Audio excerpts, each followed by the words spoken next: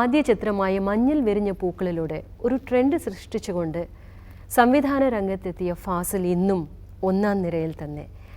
ഇരട്ട ക്ലൈമാക്സ് ഉണ്ടായാലും കമേഴ്ഷ്യൽ സിനിമയുടെ മനസ്സറിഞ്ഞ് മുന്നേറാൻ കഴിയുന്ന സംവിധായകനാണ് ഫാസിൽ.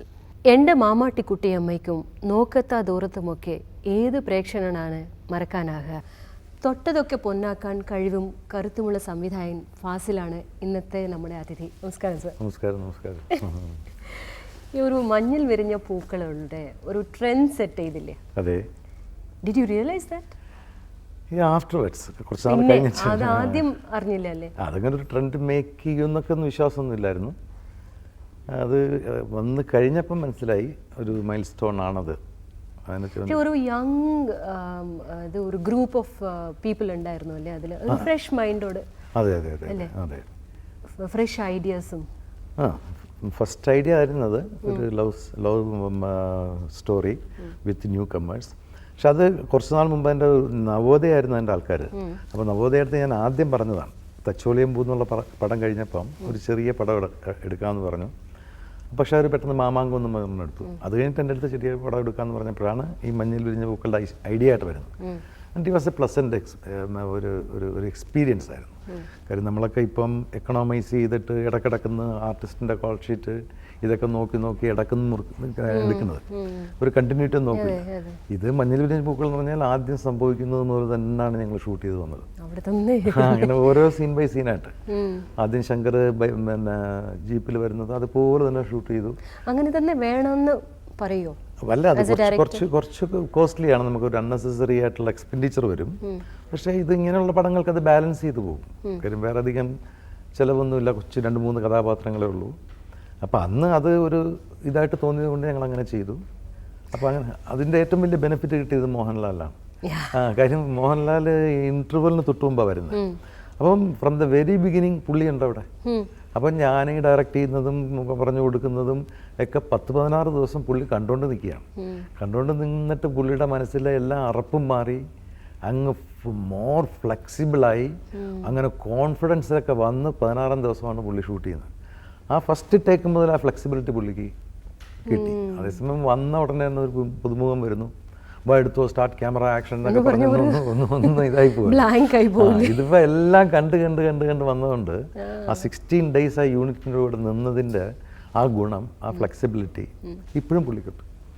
ഇപ്പോൾ സാറിനെ കുറിച്ച് പറയുമ്പോൾ എല്ലാ ആർട്ടിസ്റ്റും പറയണതെന്ന് വെച്ചാൽ ഞങ്ങൾക്ക് പേടിയാണ് എന്ന് വെച്ചാൽ സാർ അഭിനയിച്ച് കാണിക്കും. അത് അഭിനയിച്ച് കാണിച്ചു കഴിഞ്ഞാൽ അങ്ങനെ തന്നെ നമ്മൾ ചെയ്യേണ്ടി, I mean that excellency should come എന്നുള്ള ഒരു പേടി ഉണ്ടാവും.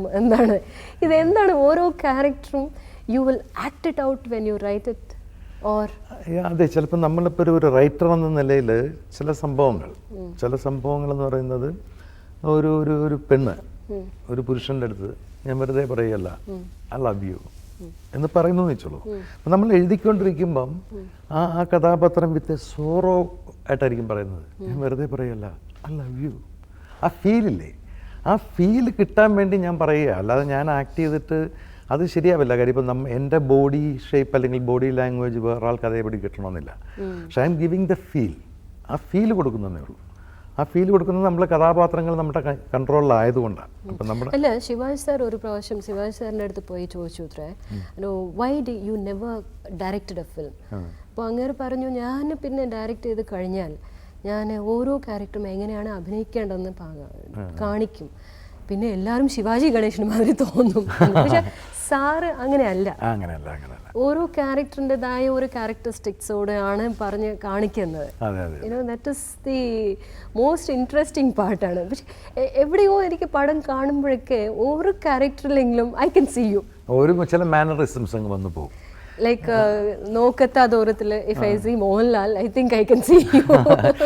അതിൻ്റെ കാരണം എന്ന് വെച്ചാൽ ഓരോ ഡയറക്ടർമാർക്കും അവരുടെ ഓരോ വഴിയുണ്ട്. ചില ഡയറക്ടർമാരുടെ വഴി എന്ന് പറയുന്നത് പിന്നെ ഫോട്ടോഗ്രാഫി, പിന്നെ ഈ നമ്മൾ പറയുന്ന ചിത്രകല. അപ്പോൾ പല കലകളുടെ മിശ്രമാണ് ഈ സിനിമ. സംഗീതകല, സാഹിത്യകല, നടനകല, ചിത്രകല എല്ലാം കൂടെ വരുന്നതാണ്. അപ്പം എൻ്റെതെന്ന് പറഞ്ഞു കഴിഞ്ഞാൽ ഈ സാഹിത്യകല, നടനകല ഇതൊക്കെ ഉപയോഗിച്ചിട്ടാണ് ഞാൻ ചെയ്യുന്നത്. അപ്പോൾ എൻ്റെ കഥാപാത്രങ്ങളിലൂടെയാണ് ഞാൻ കഥ പറയുന്നത്. അല്ലാതെ ലൊക്കേഷനിലൂടെയോ മ്യൂസിക്കിലൂടെയോ അല്ല.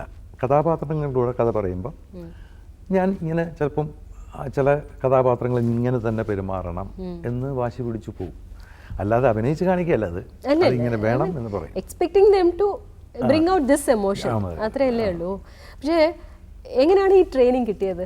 എവിടെ നിന്നാണ് ഈ ട്രെയിനിങ് കിട്ടിയത്? ഐ ഫീൽ ഞാൻ basically I M an actor. കാര്യം എൻ്റെ കോളേജ് ഡേയ്സിലൊക്കെ ഞാൻ ഒത്തിരി നാടക മത്സരങ്ങൾക്കൊക്കെ പോയിട്ടുണ്ട്.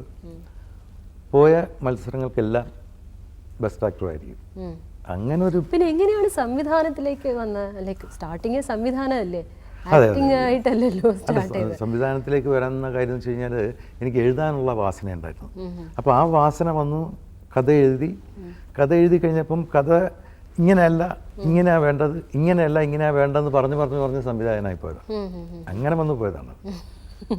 അങ്ങനെ ഒരു ട്രെൻഡ് സെറ്റർ ഇപ്പോൾ എവിടെയെങ്കിലും ഒരു പോക്കറ്റിലുണ്ടോ എടുത്ത് ഇങ്ങനെ വിടാനല്ല? വരും, അത് എപ്പോഴും കാണും, അതൊരിക്കലും നശിക്കില്ല. നശിക്കണമെങ്കിൽ നമ്മുടെ മനസ്സ് നശിക്കണം. എപ്പോഴും ആ റൊമാൻറ്റിക് ആയിട്ടുള്ള മൂഡും ഭാവവും ഒക്കെ നമ്മളിലുള്ളിടത്തോളം കാലം അതിങ്ങനെ വന്നുകൊണ്ടിരിക്കും, എത്ര വർഷം കഴിഞ്ഞാലും. ഇത്രയും കൊല്ലം കഴിഞ്ഞിട്ടും ഒരു കീപ്പിംഗ് അപ്പ് വിത്ത് കണ്ടംപററി എന്താണ് ജനങ്ങൾക്ക് വേണ്ടത്, എന്താണ് കമേഴ്ഷ്യൽ സിനിമ, എങ്ങനെയാണ് വേണ്ടത് എന്നുള്ള ഒരു അപ്ഡേറ്റിംഗ് ഉണ്ട് സാറിൻ്റെ പടങ്ങളൊക്കെ കാണുമ്പോൾ. ഇതെങ്ങനെയാണ് കഴിയണത്? ഇപ്പോൾ ചോദ്യം ചോദിച്ചത് ഈ ട്രെൻഡ് സെറ്റർ. ഇപ്പോൾ സത്യത്തിൽ എനിക്ക് ഒരു ട്രെൻഡ് എന്ന് പറയുന്നതിൻ്റെ പുറകിൽ പോകാത്ത ഡയറക്ടറാണ് ഞാൻ. അതിപ്പം ഞാൻ സിനിമ എടുക്കുമ്പം ഒരു ഹീറോ വന്നിട്ട് ഇതാണ് ഫാഷൻ, ഇപ്പം ഇതാണ് ഷർട്ടിൻ്റെ ഫാഷൻ എന്ന് പറഞ്ഞു കഴിഞ്ഞാൽ ഐ വോണ്ട് ഗോ, ആ ഫാഷൻ്റെ പുറകെ പോകത്തില്ല. എനിക്ക് മണ്ടത്തരം പറ്റി. കാര്യം മഞ്ഞിൽ വിരിഞ്ഞ പൂക്കൾ എടുക്കുമ്പോൾ അന്ന് ബെൽ ബോട്ടം ഫാഷനായിരുന്നു.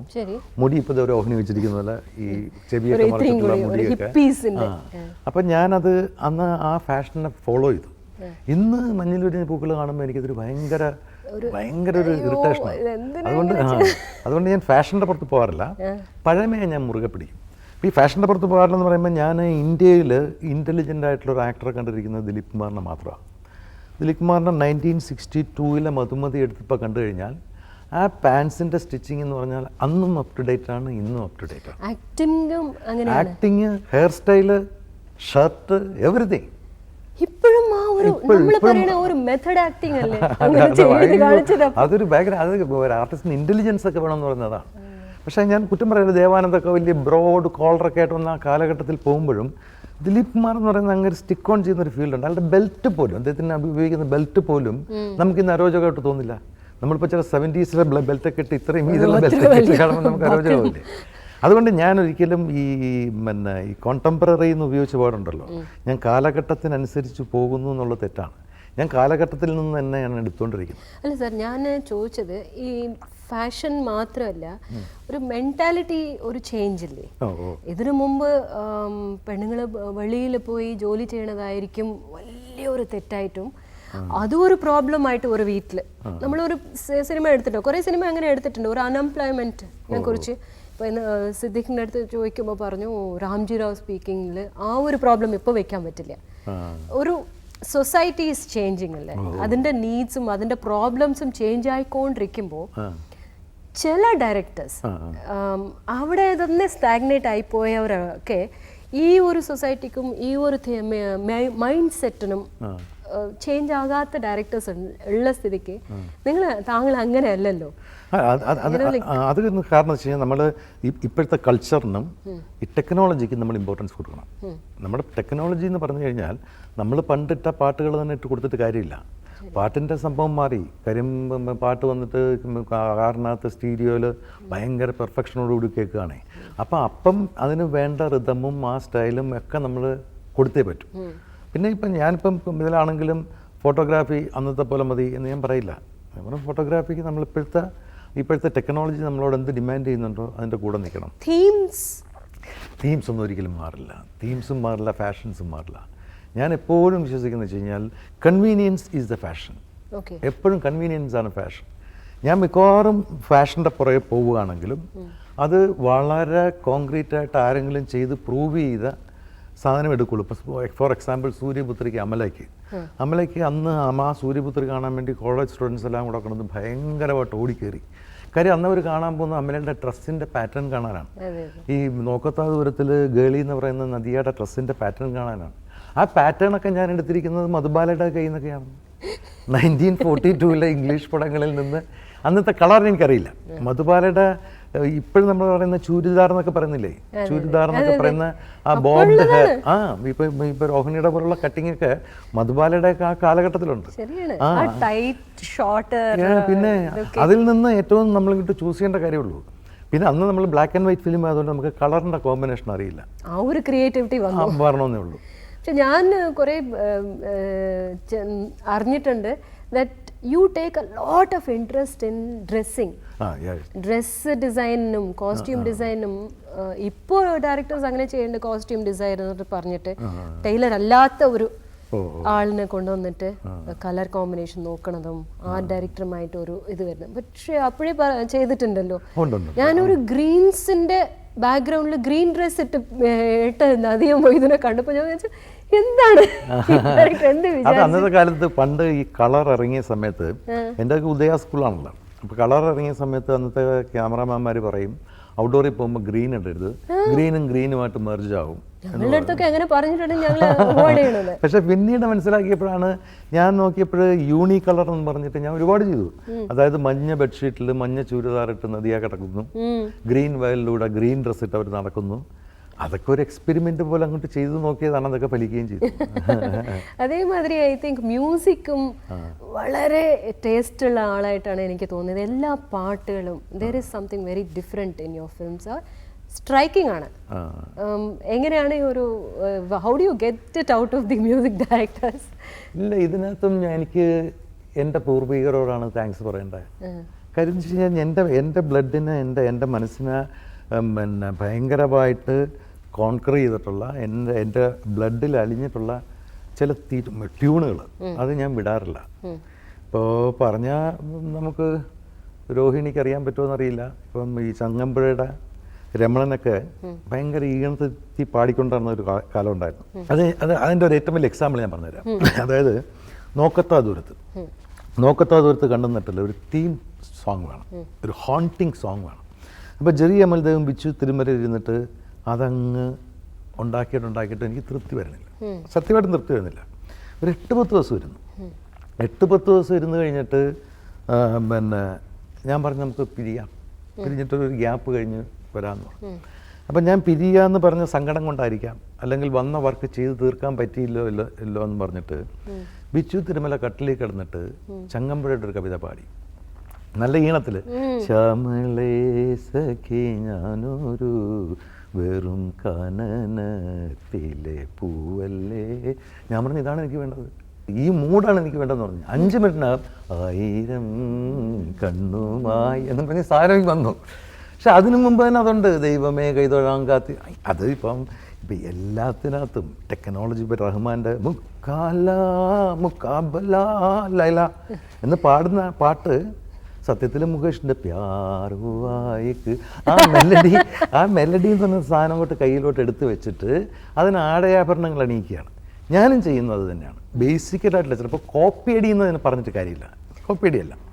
കാര്യം വെച്ച് കഴിഞ്ഞാൽ 1000 കണ്ണുമായി എന്നുള്ള പാട്ട് അത് ഹിറ്റായി. അത് പിന്നെ തമിഴിൽ വന്നപ്പം ഇളയരാജ വന്ന് പൂവേപ്പു ചൂടവാ എന്ത് നെഞ്ചിൽ പാൽവാ അതിട്ടു. അതും വളരെ ഹിറ്റായി. കാര്യം ആ പൂവേപ്പു ചൂട എന്ന് പറയുന്നത് മലർന്നും മലരാക ആ ഒരു മൂഡാണ്. അപ്പോൾ ഈ സോങ് എന്ന് പറയുന്നത് എല്ലാവരുടെ മനസ്സിൽ തളയ്ക്കുന്ന ഒരു മെലഡി കിടപ്പുണ്ട്. അത് ബ്ലഡിലുള്ളതാണ്. അത് കാലഘട്ടത്തിൽ മാറിപ്പോവില്ല, ഒരിക്കലും മാറില്ല. ഇപ്പം അതായത് ഈ ചന്ദ്രമുഖി എന്ന് പറഞ്ഞൊരു പടം ഓടുന്നു. അതിനകത്ത് ഭയങ്കര ഹിറ്റായ ഒരു പാട്ടാണ് അത്തിന്തോ നിന്തോ. അപ്പം ഞാനൊരിക്കലും ഒരു പ്രോഗ്രാമിന് കൊണ്ടുപോയപ്പം മലയാളത്തിലെ പ്രാചീന കലാരൂപങ്ങളുടെ മുടിയാട്ടം, കുത്തിയോട്ടം, ഇങ്ങനെയൊക്കെ പറഞ്ഞ് കുറേ കലാരൂപങ്ങളുടെ സർപ്പം തുള്ളൽ ഇതിൻ്റെയൊക്കെ എടുത്തു. അതിനകത്ത് ഒരു മുടിയാട്ടത്തിൻ്റെ ഒരു സാധനമാണ് അത്തിന്തോ അത് അതേപോലെ വിദ്യാസാഗരത്തെ വെച്ചിരിക്കുന്ന ഹിറ്റ്. അപ്പോൾ ഇതിനകത്ത് നമ്മൾ പാട്ടിൻ്റെ കാരണം എന്ന് പറയുന്നത് പുതുതായിട്ടൊന്നും ഇൻവെൻറ്റ് ചെയ്യുന്നില്ല. സംഗീതം എന്ന് പറയുന്നത് ഉണ്ടായതല്ല, ഉണ്ടാക്കാൻ പറ്റും. അതിവിടെ കിടപ്പുണ്ട്. മണിച്ചിത്രത്താഴ് കണ്ടിട്ടുണ്ട്. മണിച്ചിത്രത്താഴ് പിന്നെ അതിന് ഒരു ചെറിയ വിവാദം ഉണ്ടായിരുന്നു. അത് ചന്ദ്രമുഖി അതല്ല, we just took one thread ആണ് എന്നൊക്കെ പറഞ്ഞപ്പോൾ വാട്ട് വാസ് ഇറ്റ് അബൌട്ട്? ഇല്ലല്ല, അതങ്ങനെയില്ല. മണിച്ചിത്രത്താഴിൻ്റെ റേറ്റ് വാങ്ങിച്ച് തന്നെയാണ് അവർ ചെയ്തത്. അത് പിന്നെ വാങ്ങിച്ചതാണ്. പിന്നെ ബിസിനസ് ആണല്ലോ. മണിച്ചിത്രത്താഴിൻ്റെ റീമേക്ക് ആണെങ്കിൽ ഇനി കേരളത്തിൽ ഓടിയില്ലെങ്കിലോ, കേരളത്തിൽ ആരും വാങ്ങിയില്ലല്ലോ എന്നൊക്കെ വിചാരിച്ചിട്ടായിരിക്കും. അല്ല, കേരളത്തിന്റെ ബിസിനസ് കാരണമാണ് അങ്ങനെ ആയിരിക്കും. പിന്നെ ഇവിടെ ബിസിനസ് ആണല്ലോ. കാര്യം മണിച്ചിത്രത്താഴ് എന്ന് പറയുന്ന ഒരു ക്ലാസി സബ്ജക്റ്റാണ്, ഫാസിൽ സൈഡ് ചെയ്ത സബ്ജക്റ്റാണ്. അത് തമിഴ് ആൾക്കാർക്ക് മനസ്സിലാവില്ല, പിടികിട്ടില്ല എന്നൊക്കെ പറഞ്ഞ് ഒരു ടെൻഷൻ ഉണ്ടാക്കണ്ടെന്ന് വിചാരിച്ചിട്ടായിരിക്കും. അല്ലാതെ അത് ഞാനുമായിട്ടുള്ള ഒരു കോൺഫ്ലിക്റ്റ് ആയിരുന്നില്ല. ദാറ്റ് വാസ് ദിയർ ബിസിനസ്, അവരുടെ ബിസിനസിൻ്റെ പാർട്ടെന്ന നിലയിൽ. കാര്യം മണിച്ചിത്രത്താഴ് എന്ന് പറയുന്നത് പെട്ടെന്നൊന്നും അങ്ങ് പിടികിട്ടാത്തൊരു സബ്ജക്റ്റാണ്. പെട്ടെന്ന് അത് കിട്ടാൻ വലിയ പ്രയാസമുള്ള സബ്ജക്റ്റാണ്.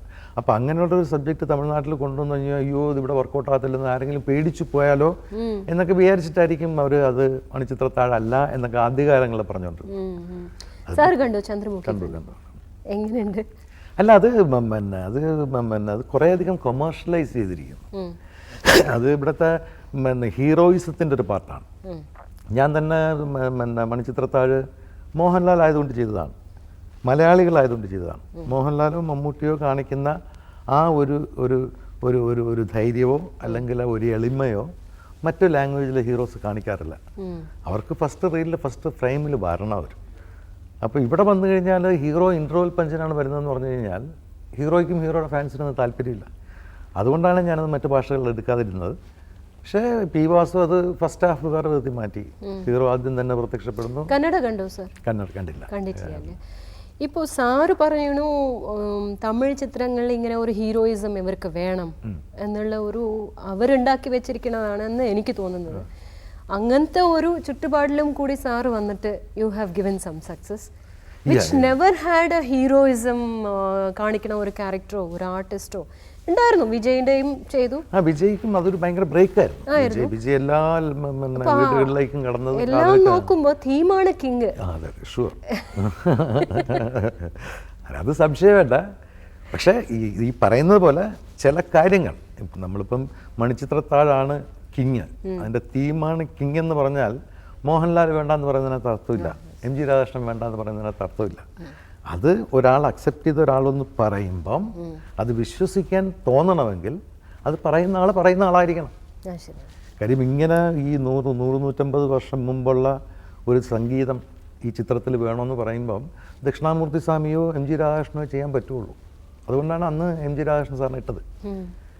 അപ്പം ഇങ്ങനെ ആർട്ടിസ്റ്റുകളൊക്കെ വേണം, പക്ഷേ കിങ് സബ്ജക്റ്റ് തന്നെയാണ്. അത് എക്സിക്യൂട്ട് ചെയ്യാൻ ഒരു ഡയറക്ടർ വേണമെന്ന് പറയുന്നത് പോലെ അത് എക്സിക്യൂട്ട് ചെയ്യാൻ ആർട്ടിസ്റ്റ് വേണം, ടെക്നീഷ്യൻ വേണം, അതുപോലെ തന്നെ ടെക്നീഷ്യനും വേണം, ഫോട്ടോഗ്രാഫറും ഒക്കെ അതിനകത്ത് പാർട്ടല്ലേ. സ്റ്റാർ വേണോ അതോ ന്യൂ കമർ? സബ്ജക്റ്റ് ഇപ്പം നമ്മൾ പറയുകയാണ്, ഇങ്ങനെ ഒരു കാര്യം പറയാനുണ്ട്, ഈ പറയാനുണ്ടെങ്കിൽ ആ കഥാപാത്രം ഇന്നാൾ പറഞ്ഞാലേ പറ്റൂ. ഇപ്പോൾ ഒരു എക്സാമ്പിൾ, ഞാൻ അനിയത്തി പ്രാവിൽ ഒരു ഹീറോയിനും പ്രണയിച്ചു, എന്നിട്ട് അവർ തീരുമാനിക്കുകയാണ് പിരിയാന്ന്. അപ്പോൾ അവർ തീരുമാനിക്കുമ്പം അവർക്ക് പേരൻസിനോട് ഇഷ്ടം വരണം. അപ്പോൾ പേരൻസ് അങ്ങനെ ആയിരിക്കണം അവരുടെ അടുത്ത് പെരുമാറിയിരിക്കുന്നത്. ഇപ്പോൾ തിലകൻ ചേട്ടൻ ഹീറോയുടെ അച്ഛനാണ്. തിലകൻ ചേട്ടൻ ഇവന് എലോപ്പ് ചെയ്ത് കഴിയുമ്പോൾ വന്നിട്ട് പറയും അവളെ കൂടെ കയറ്റാൻ പറ്റത്തില്ല, നീ വണ്ടി കയറാൻ പറയും. അവൻ പറയും കയറില്ല എന്ന് പറയും. അപ്പോൾ ഇങ്ങനെ പറയണത് നിൻ്റെ കഴുത്തറുത്ത്, അവളുടെ ആങ്ങളമാരും നിൻ്റെ കഴുത്തറുത്ത് എൻ്റെ കാലയെ കൊണ്ടിട്ടാലും ഈ കണ്ണിൽ നിന്നൊരു തുള്ളി കണ്ണീര് പൊടിയില്ല എന്നും പറഞ്ഞ് നടന്നു പോയ ആള് തിരിച്ചു വന്നിട്ട് വന്നേക്കണേടാ പൊന്നു മോനെ എന്ന് പറയുന്നുണ്ടേ. അപ്പം അത് തിലകൻ ചേട്ടൻ പറഞ്ഞാലേ അതിൻ്റെ എഫക്റ്റ് കിട്ടുള്ളൂ. അപ്പം അങ്ങനെ ഒരു ഫാദറിൻ്റെ അടുത്തേക്ക് തിരിച്ചു പോകാൻ തോന്നും. അതുകൊണ്ടാണ് നമ്മൾ സബ്ജക്റ്റ് ഉണ്ടെങ്കിൽ ആ സബ്ജക്റ്റ് ഇന്ന ആൾ പറഞ്ഞാലേ ശരിയാവുള്ളൂ എന്ന് വേണമെങ്കിൽ ഈ ആർട്ടിസ്റ്റ് തന്നെ വേണം.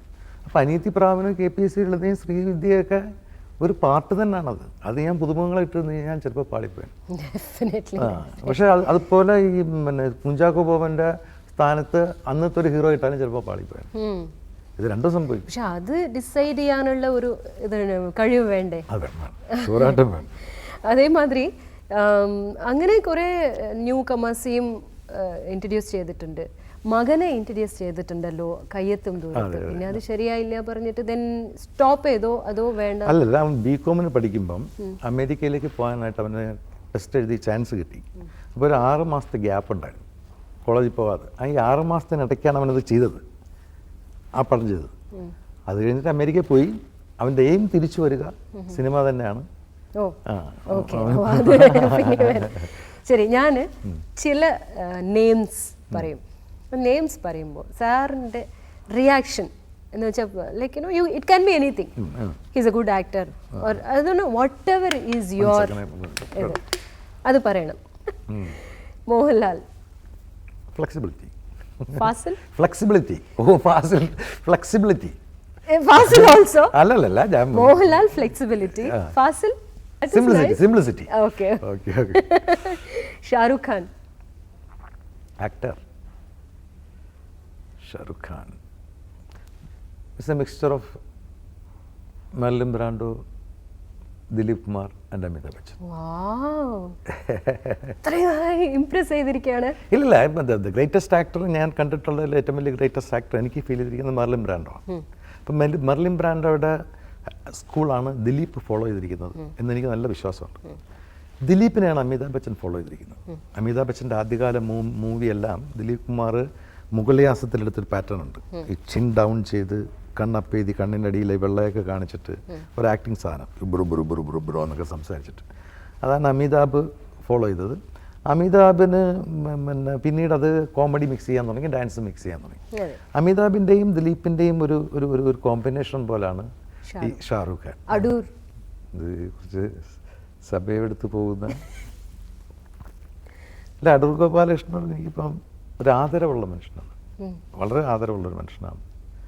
പിന്നെ അദ്ദേഹത്തിൻ്റെ പിന്നെ ഏറ്റവും നല്ല സൃഷ്ടി എന്ന് പറഞ്ഞാൽ എലിപ്പത്തായി മാത്രം എനിക്ക് കാണാൻ പറ്റിയിട്ടില്ല. കുടിയേറ്റം, വിധേയൻ, അങ്ങനെ പല പടങ്ങളും കണ്ടിട്ടുണ്ട്. And he's having in zone school. Mammootty. ഈ മമ്മൂട്ടിയെ പറ്റി പറഞ്ഞു കഴിഞ്ഞാൽ അത് ഒരു മാതൃകയാണ്. ഇപ്പോൾ വരുന്ന പടം തമിഴിലും മലയാളത്തിലോ വരും? തമിഴ് മാത്രം. തമിഴ് മാത്രം. അതെന്താ അങ്ങനെ? തമിഴ് അല്ല, അത് ആ സബ്ജക്റ്റ് അങ്ങനത്തെ സബ്ജക്റ്റാണ്. Okay, thank you very much sir. Okay, ഞാൻ ആർക്കാണ് താങ്ക്സ് പറയേണ്ടത്?